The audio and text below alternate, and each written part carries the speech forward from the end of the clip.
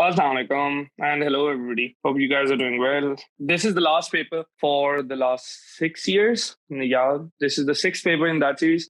And these are all the normal papers that we did. From now on, Monday, we are going to do the challenging papers, the papers that include all the tricky questions and all the questions that many seniors that you have had have struggled with. So this is the last paper in the series of normal papers that we do. So for the next 2 weeks, we're moving, like taking the difficulty up a notch, and hopefully that will clear many doubts, and hopefully that will give us a very good improvement in our results. But I hope you are augmenting this with the practice at your home. Ghar pe, you have to do the past papers. If somebody hasn't started yet, I can give you a schedule, a daily schedule of what past papers to do, and so that आप लोगों में कोई कमी ना रह जाए कहीं से भी किसी तरह की. We are just right over the edge. अब हमारे पास सिर्फ 2 हफ्ते हैं, and we need to manage it. सिर्फ 2 हफ्ते होने का मतलब ये नहीं है कि पैनिक कर जाए. मैनेज करना है, because this is manageable. आपने माशाल्लाह से पिछले 4 महीने से all of you have been very serious, you have been studying, और उससे पहले भी I'm sure कि you must have had, और अगर किसी ने नहीं भी तब तवज्जो दी, these 4 years have shown कि आप 4 months have shown कि आप लोगों ने बहुत मेहनत कर रहे हो. कुछ बोलो भाई, agree करो, disagree करो, कुछ पता तो चले. Yes, sir. Yeah, so you have to just make sure कि अब अगले 2 हफ्ते में you are doing the papers, you are bringing any problems that you have, discussing them in the group. I saw today the group was ripe with these questions and people were answering. I really loved all of that. मेरी तो ज़रूरत ही नहीं पड़ी वहाँ पे, and I was really happy कि students are helping each other out. तो मैं बस उन चीज़ों को verify करने के लिए देख लेता हूँ, but you guys are doing very well, mashallah. So just keep continuing with that. Okay, so let's do this paper. A student is given only the nucleon number of an atom. What can be deduced about the structure of the atom? So if you just know the nucleon number, then you know neutrons plus protons. You know what is in the nucleus. That's why it's called a nucleon number. You do not know which element it is. You do not know ये किसी का isotope है or any such thing. You know exactly what nucleon number tells us. Number of neutrons plus protons.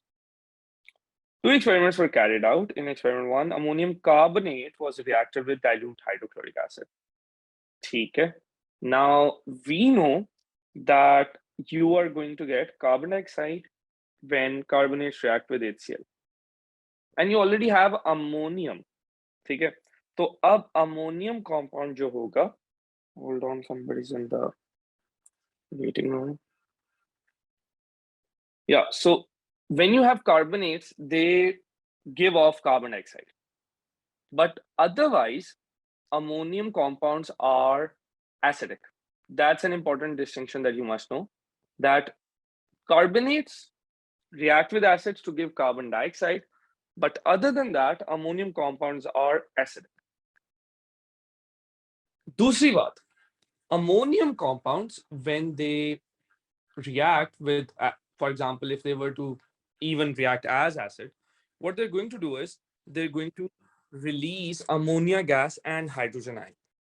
तो अगर यहाँ पर ammonia gas release होगी, तो वो क्या करेगी? It will react with acid.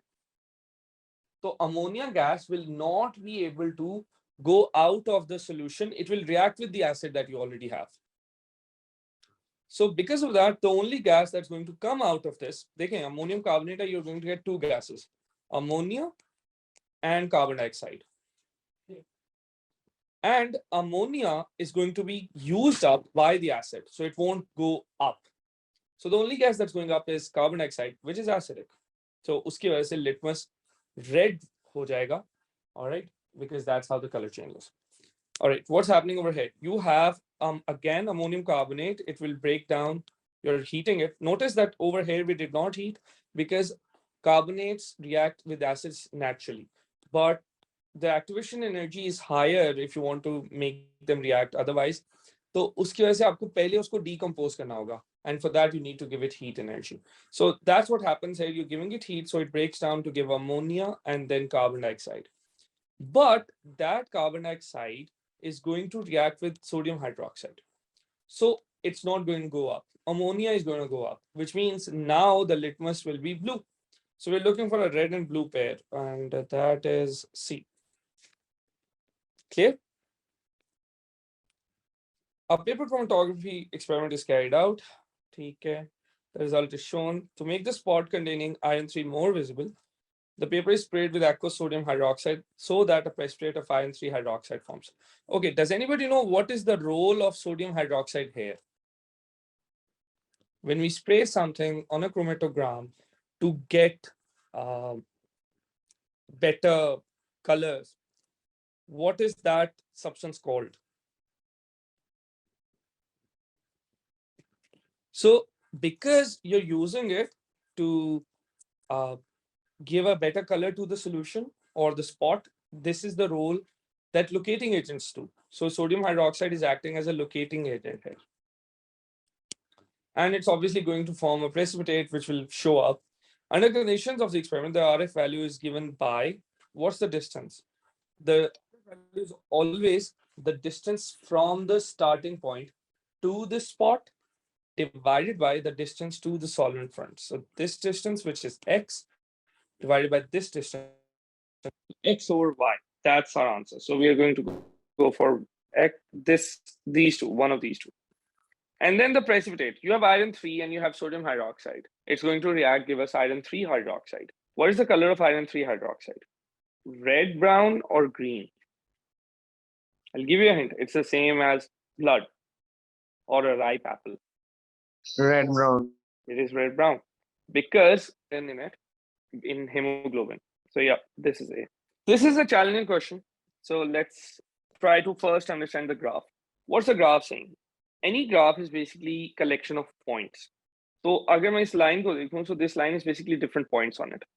And what it's telling me is that the melting point on the right side and melting point on the left side, दो scales हैं, both of them, of temperature, and they are just telling us different melting points. And percentage of tin in the mixture is at the bottom. So when you have 0% tin, you have pure lead. So 0% पर वो यहाँ पर value होती है. When you have 100% of tin, you have pure tin, तो वहां पर value ये होती है. But जब आपके पास mixture आता है, for example 50% पर ये बनती है value. That means the melting point is a little above 100. So maybe 120 or something like that. So what is happening? As you increase the percentage of tin in the mixture, the melting point starts to come down from the melting point of tin, goes back to 0 even, and sorry, a little below 100, and then it comes back to this. So basically, the more tin you have, the closer it becomes, or closer it comes to the melting point of tin. That's what's happening here. But do you notice that never it exceeds the value of lead? Because the higher melting point was of lead and impurities lower the melting point. So no matter how much impurity you add, the melting point is going to be lower than the highest, than the melting point of the pure thing. So let's see. The graph shows that any mixture of lead and tin must have a melting point that is below the higher melting point, and that is lead. So lead से तो नीचे है, tin से नीचे नहीं है, because tin से ऊपर वाला ये भी तो point है, ये भी तो point है, ये भी तो point है. Okay, so that is the answer here. Some students wrote 3 statements about the bonding in a molecule of ammonia. So हमें ammonia के बारे में पता है that this is the structure of ammonia. A nitrogen atom has 3 outer electrons. Wait a minute. Nitrogen atom has 5 outer electrons. I know it from the periodic table. So all are involved in bonding. No, it has 5. 2 electrons shared नहीं होते. We call them lone pair. A nitrogen atom has 5 outer electrons. That is correct. So 2 outer electrons are not involved. This statement is true. A nitrogen atom shares electron with each of 3 hydrogen atoms. That's also true. So that means the answer is C. Pretty easy. Which diagram correctly shows the arrangement of the ions and in solid sodium chloride? Now, the arrangement is always such that positive is surrounded by negative and negative is surrounded by positive. And as long as you get that idea right, you can't go wrong with this and even many, many reactions that we have in chemistry. Because fundamentally, positive it repels other positive and it attracts negative. So we're looking for a lattice with positive surrounded by negative. And I think that should be the first one, this one. Because over here, the positive is joined with positive. Over here, again, positive and positive, which is impossible. And over here, positive, positive says, negative, negative say, again, impossible. The table shows some properties of 4 solid elements. Which element could be graphite? So what do we know about graphite? Graphite has free electrons, so it conducts electricity. Graphite has giant structure, so it has a very high melting point. And graphite is malleable because it has layers. These are the 3 things that we know. So which of these? It must have good electrical conductivity, so answer is either A or B. And high melting point, so it's definitely B. Which statement about chlorine atom? Does diamond also have a high melting point? You're right, diamond also has a high melting point. Now let me change the question a little bit. Let's say instead of graphite, they ask us which of these tells me that it is diamond. Then what will be our answer then? D. D, very good. Because diamond and graphite has the fundamental difference is that graphite is able to conduct electricity, but diamond is not. And the reason for that, why is diamond not able to conduct electricity, but graphite can?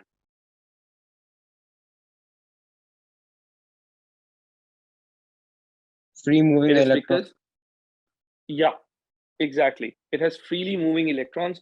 And in the exam, if they ask you, for example, in paper 2, if they ask you, then you should specify for both of them. You'll say graphite has 1 electron free per atom, but diamond has all 4 involved in bonding.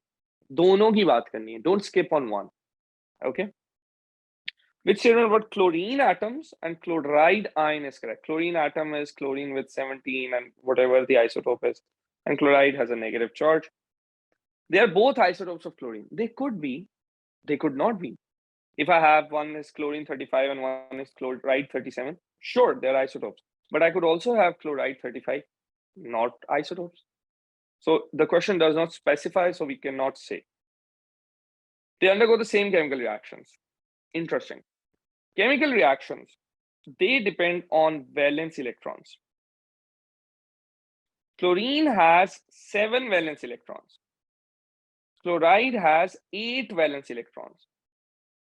And not just that, chlorine has a neutral charge, but chloride is negative, which means the properties are not the same. They have same number of protons. Exactly. That is what elements do. They have the same number of protons. And same physical properties, if something can't have same chemical properties, it is unlikely that the physical properties might be the same.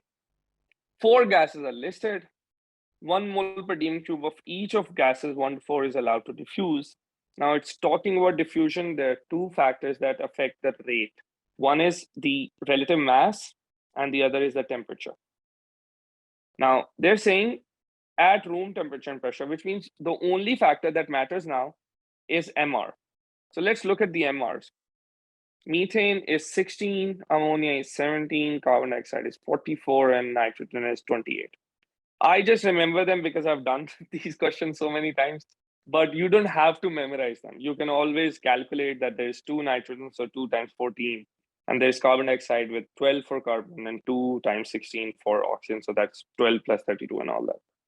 Okay, and of course you should have calculators when you're attempting the paper.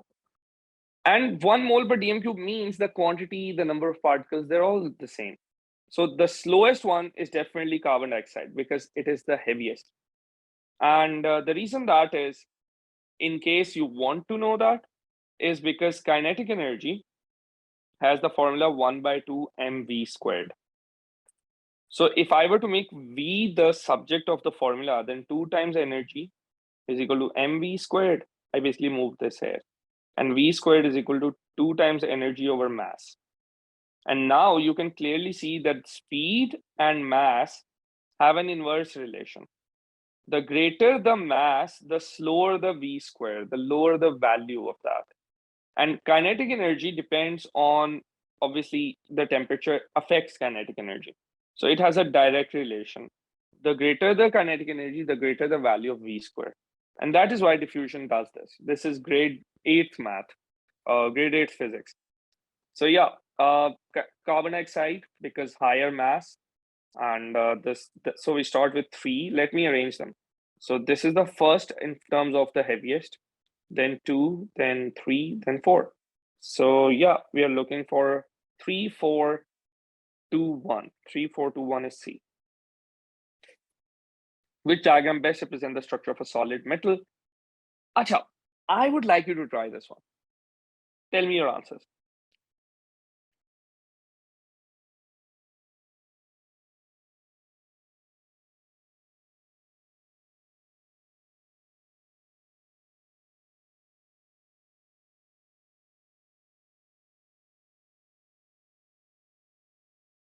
So I've gotten 2 answers so far.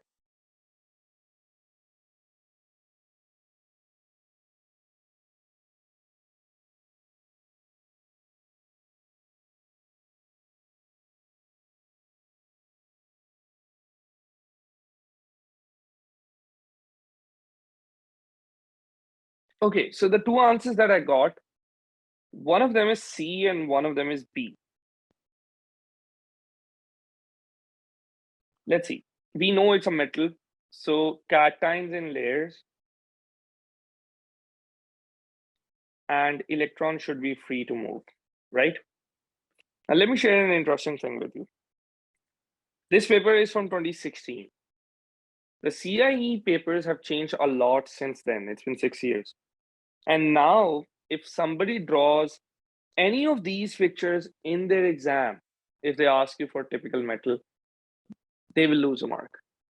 Because none of them are correct according to the changes that have been made in the last 6 years. Why?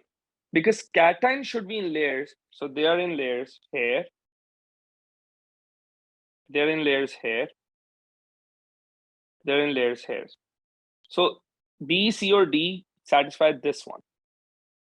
But electrons should be free, and free things will not have any pattern. But you can see that electrons are in straight rows over here, and electrons are in straight rows over here, and electrons are random over here. So this is the only one that has electrons in random situation. But the problem is that electrons are also moving around. There's a sea of electrons, which means electrons are all around the cations, which is why D would also be wrong. So the correct answer is actually none of them, according to what we know now. The correct answer would be that you take layers of these things. So these are cations, and the electrons that you put should be random. There shouldn't be any pattern to them. And they should be between the layers as well. So as long as you do that, that is the correct way to represent it. But of course, given these options, we'll choose B. A compound containing only the elements carbon and hydrogen has 80% by mass of carbon. What's its empirical formula? Pretty straightforward. We take carbon, we take hydrogen. Carbon is 80. We assume we have 100 grams of it. So I'll get 80 grams of that and 20 grams of this. Divided by 12, divide this by 1. So that gives me 20 here, and 80 by 12 is 6 point something. 6.67. Okay, divide this by 6.67, this by 6.67. So that gives me 3. So 1:3. So I'm getting C1H3. Now don't fall for this one. This is very similar. And if you're in a hurry, you might select this one. So that's not right. The answer is B. An ionic compound has the formula XY. Now, what can we infer from this formula XY? What do you know about the charges of X and Y from this formula?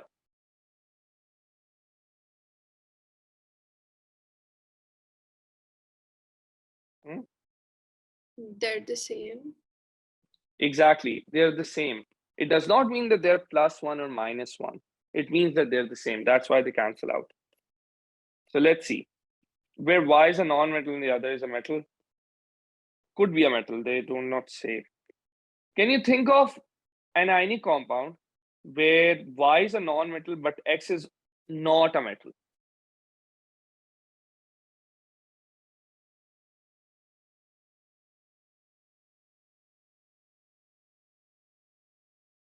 Any ionic compound where that is not a metal.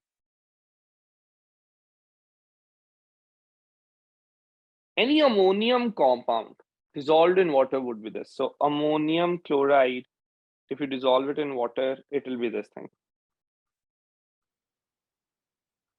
But no, not its own, because they ionize in water and not before that.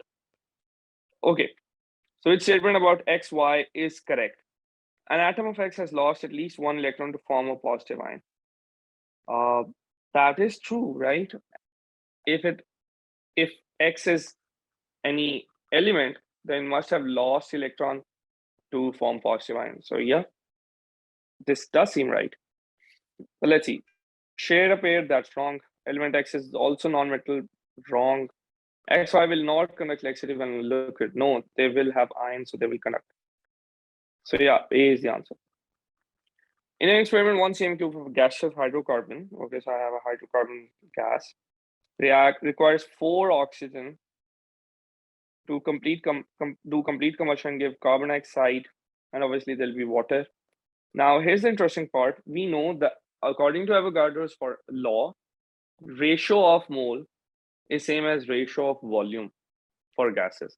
That means if I have 1 of this and 4 of this and 3 of this, I can clearly see what the ratio is going to be. So let's see.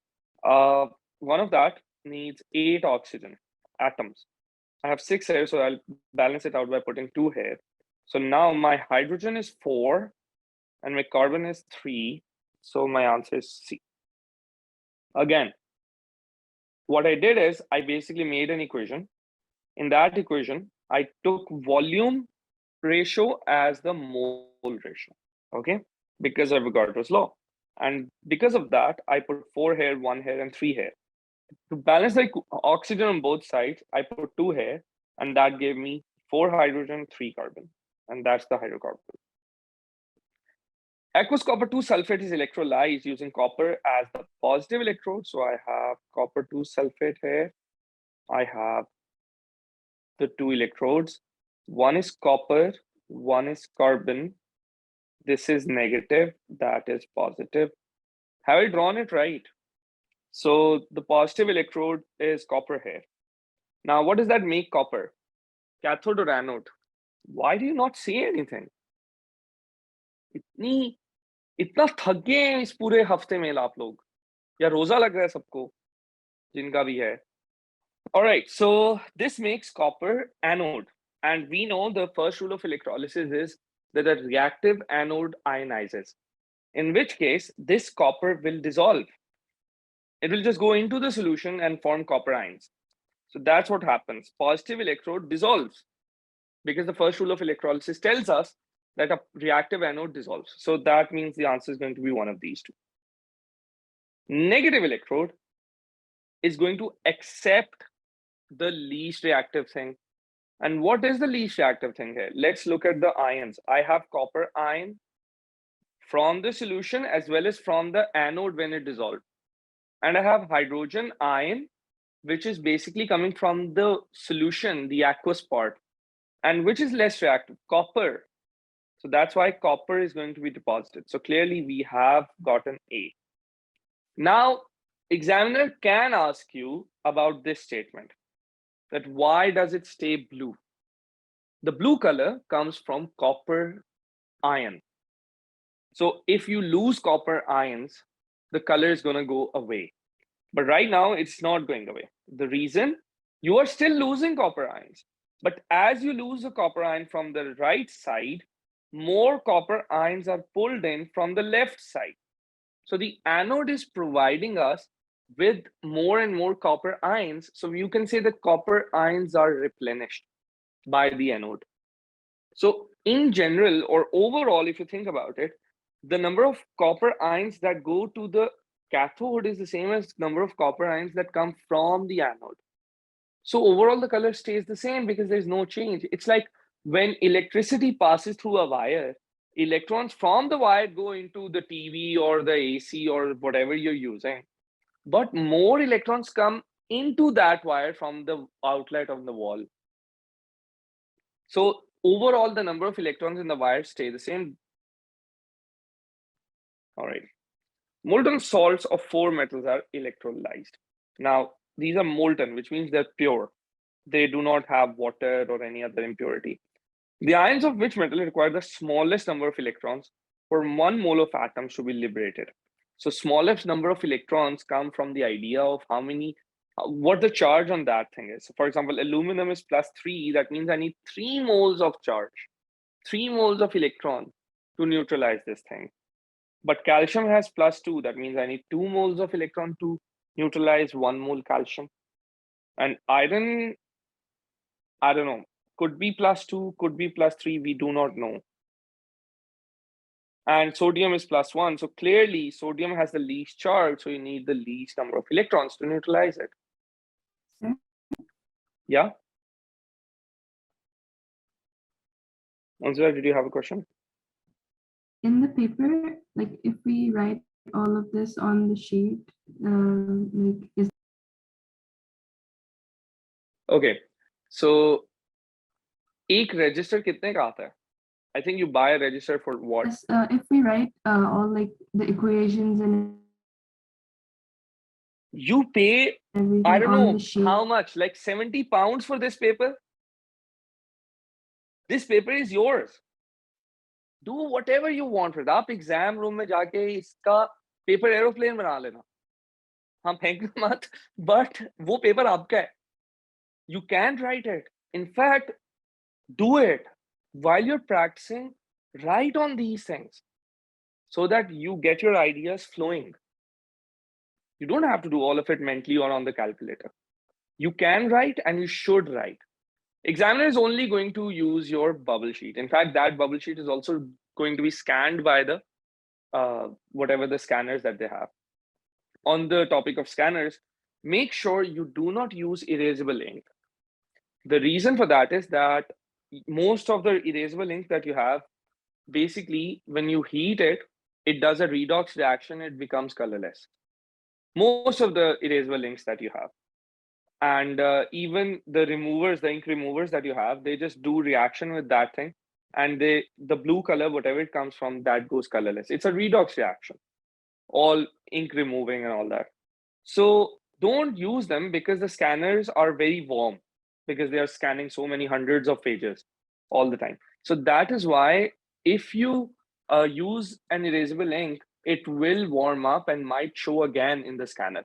So you are basically all the mistakes that you made are going to be scanned by the computer.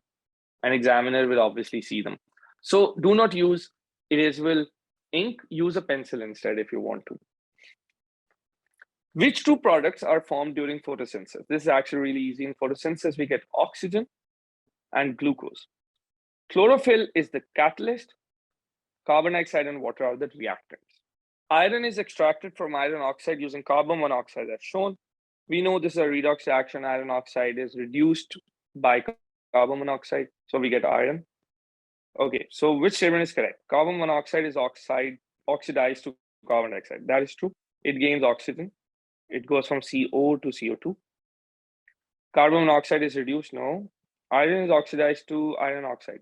That would be the reverse of this. That's not happening. Iron oxide is oxidized to iron. No, it's reduced because two ways of looking at that. First of all, this is iron 3 oxide and this is iron, which means it's a lost oxygen.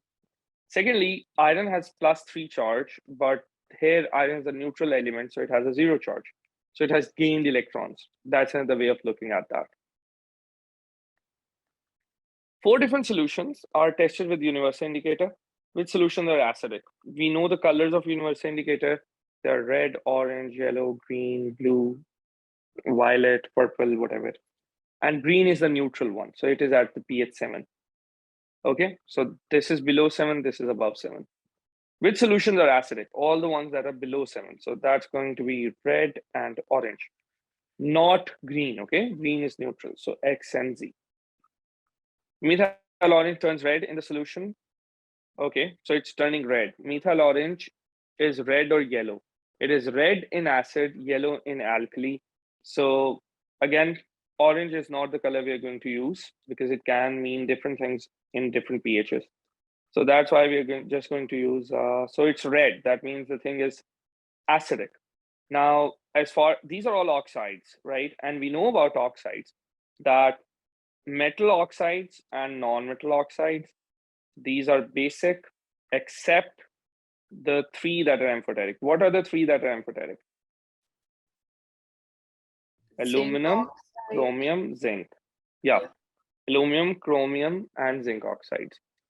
And non-metal oxides are neutral or they are acidic. And what 3 neutral oxides do we know?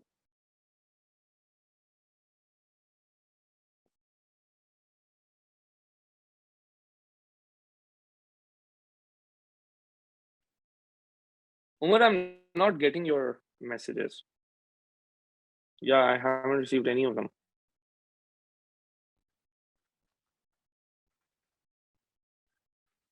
So yeah, Rabe, you're absolutely right. It's water, carbon monoxide, and nitrogen monoxide.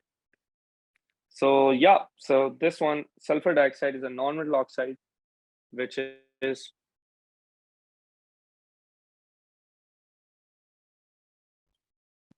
acidic. Salt is made by adding an excess of insoluble metal oxide to an acid. Now, metal oxides are solids, right?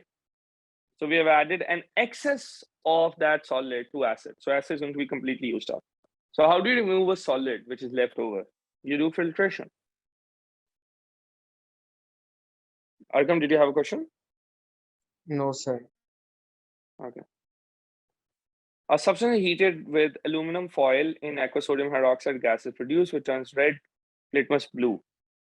So aluminum foil hai, hydroxide gas hai. This is a test for ammonia coming out from nitrate. There are 2 situations where ammonia comes out. One is ammonium ion, which gives it to us when heated or when reacted with something.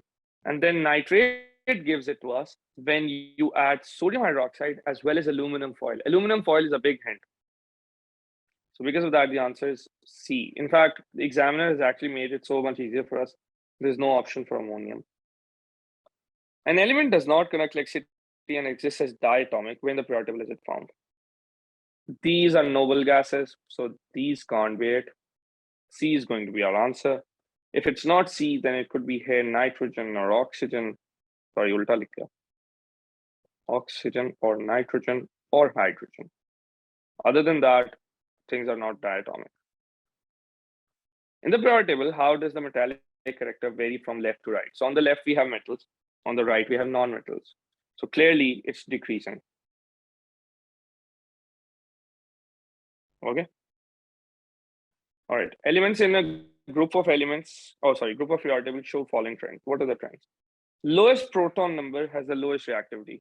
So lowest proton number is at the top. That means the reactivity is decreasing downwards. All the elements form basic oxides, clearly metal. Density of the element increases down the group. Okay.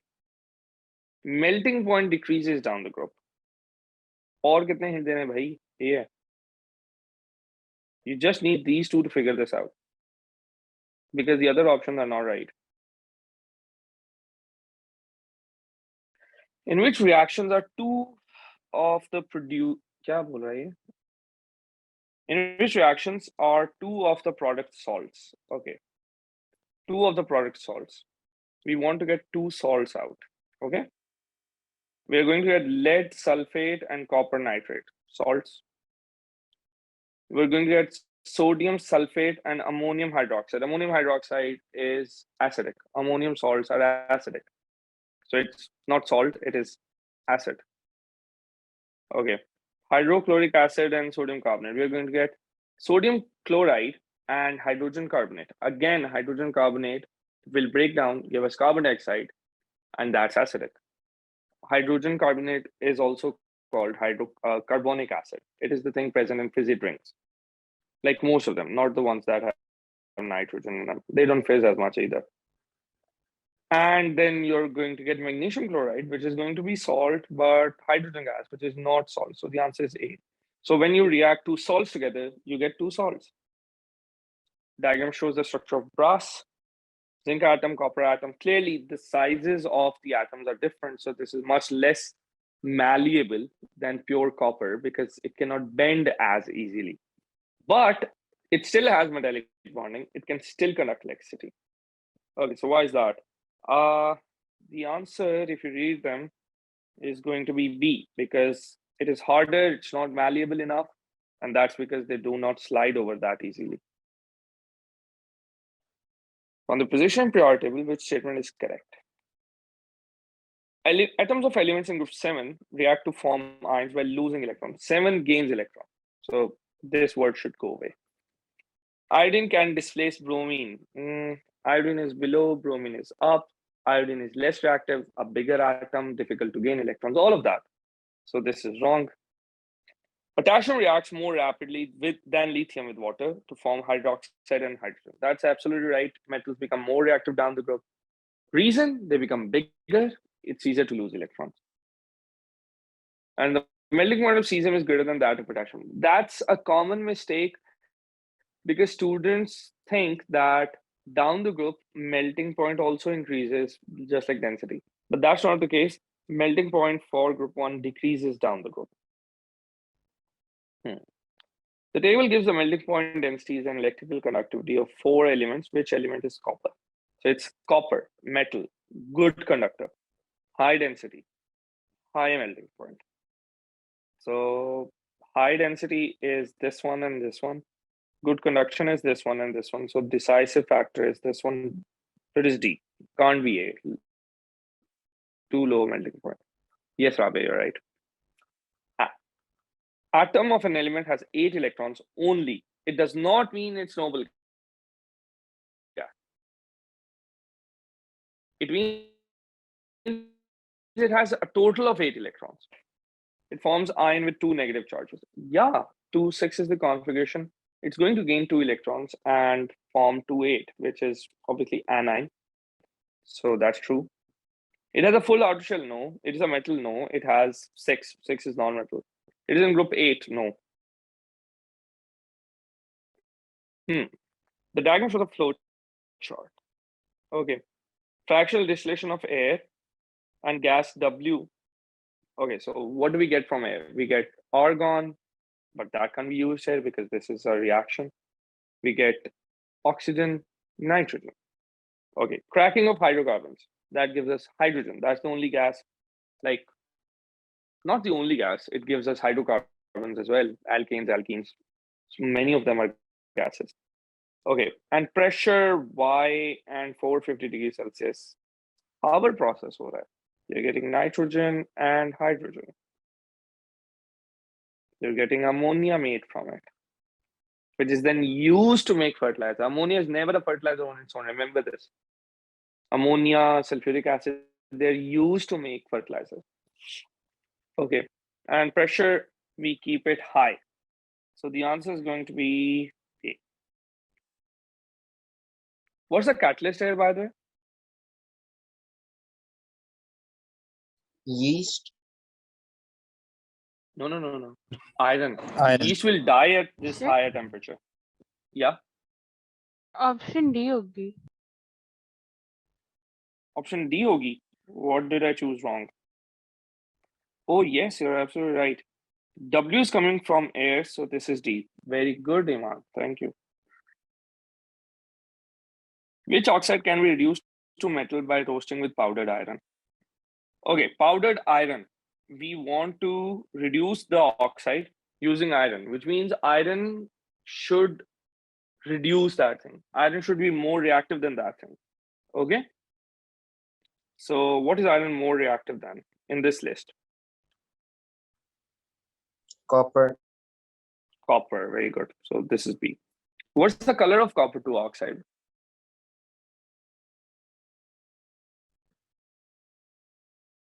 Blue. Blue. Black. Oh. You need to know this. There are 3 things with black color in your syllabus: copper 2 oxide, carbon, iodine solid. Okay. Is iodine I should make a list of that. violet? Yeah, violet or आपने purple are both acceptable. Sir आपने दूसरी चीज क्या बोली थी? This is iodine solid, carbon, and copper 2 oxide. And when I say carbon, I mean graphite wala electron, not diamond. Which element, if attached to iron immersed in salt water, would prevent iron from corroding? How does anything prevent iron from corroding? By corroding itself. Which means that thing is more reactive than iron. So what is more reactive than iron in this list? Magnesium. Magnesium. Yeah, very good.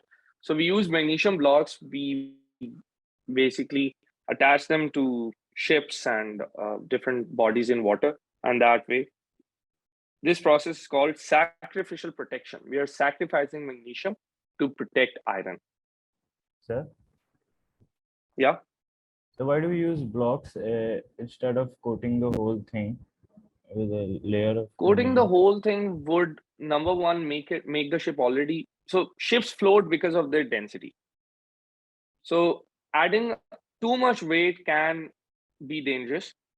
Secondly, attaching and removing blocks is easier. Blocks are easier to transport. You don't need that much magnesium. It's very easy to calculate how much magnesium you need for a ship of whatever size, and then how far one block should be from another one. So people who are working in these shipbuilding or ship maintenance industry, they know the techniques for that. So blocks are easy to manage and easy to install or take off. That's why we use them. Final reaction in the extraction of metal X is represented by this. Again, a redox reaction similar to what iron does. What is X? Oh, iron. We could do this with copper, but copper never forms copper 3 oxide. Copper makes copper 1 or copper 2. But if this oxide was of copper, this reaction would work with carbon monoxide. But we don't do that. Okay. Hydrated sodium carbonate decomposes when heated in a Bunsen burner. We have sodium carbonate hydrated. Okay. So how does this break down? Let's see. Now, the real question here is, does sodium carbonate break down when heated? Now, sodium is very high up in the reactivity series. The carbonate is going to have super strong bond. So I don't think it's going to break down. Group 2 carbonates, on the other hand, will break down in response to heat. But sodium carbonate won't, so this answer should be B. By the way, you need to know the decomposition equations for nitrates and for carbonates. Carbonates give carbon dioxide. Yeah. It's a bit off topic, but can we detach the periodic table from the papers while we are attempting? Yes, you can. You can. You can. Thank You should, in fact. Again, take it out, put it on the side. You have plenty of room on your table. Put it on the side so you can easily consult it. In fact, put your bubble sheet on the side as well so that you can easily fill it. And don't transfer your answers at the end. Always fill the bubble sheet during the exam.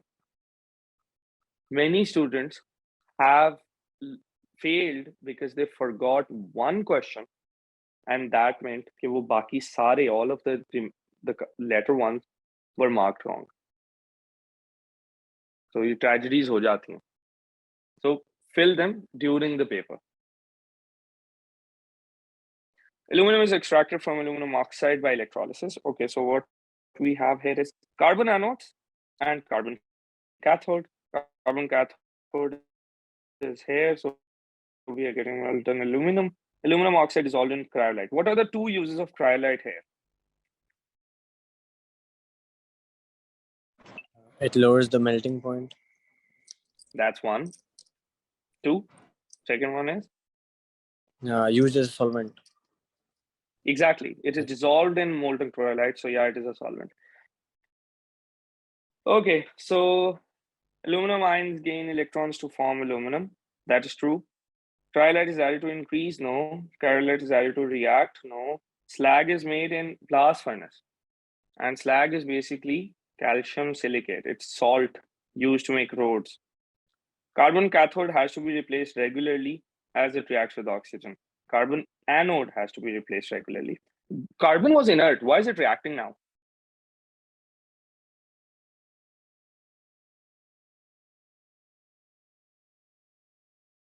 Because of high temperature.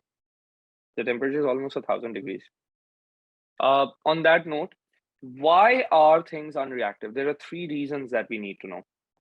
First, they have a complete outer shell, just like noble acid. Complete shell, that means things are unreactive. Second, too high activation energy, which means very strong bonds. So this could be nitrogen, because nitrogen has a triple covalent bond with nitrogen.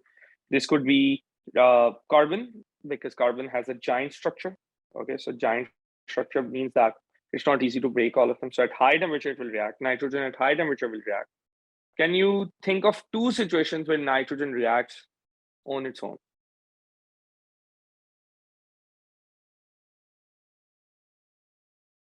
Car engines, nitrogen reacts with oxygen.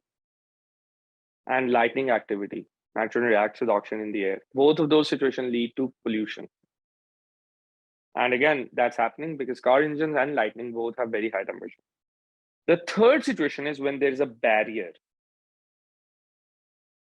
between two things. So aluminum is unreactive because of this. It has a barrier. The aluminum oxide, the layer of oxide, it acts as a barrier. Similarly, we paint all the things made of metal, most things made of metal, because they are going to be like, the paint is acting as a barrier. Okay.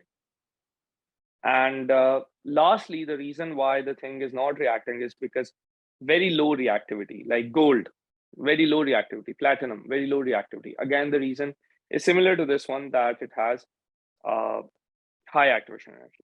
So these are the four situations where things don't react. Which ion is present in both sewage and fertilizer and can cause eutrophication? Eutrophication comes from nitrates. Okay. And yeah, that is C. We have just 8 more questions. I know you have to go, but give me some time. Or you can go and I'll share the recording. The diagram shows an experiment to determine the percentage of oxygen in the air. Now we know the percentage is 20% or 21%, both are acceptable. So we have this, okay, which diagram shows the correct level of water after the candle stops burning. So candle is going to obviously use up the oxygen. So it's in some kind of a float because it's going up, not sinking. So because it's 20%, it's going to go up 20%.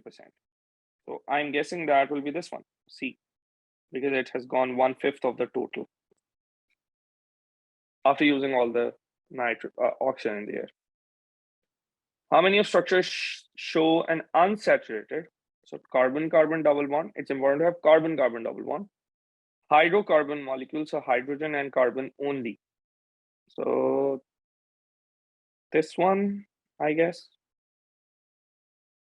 Just one, right? Yes, sir. Yeah. Tier 2. Okay. Why? Where's the second one? तो सबसे Fish पहले वाला pond. Do you see chlorine? Not a hydrocarbon.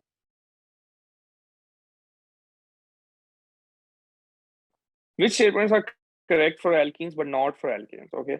They turn aqueous bromine from brown to colorless. Now, more recently, examiner has used the term orange for bromine, but you can still use brown. The reason brown is not the best idea or best choice because iodine solution is also brown.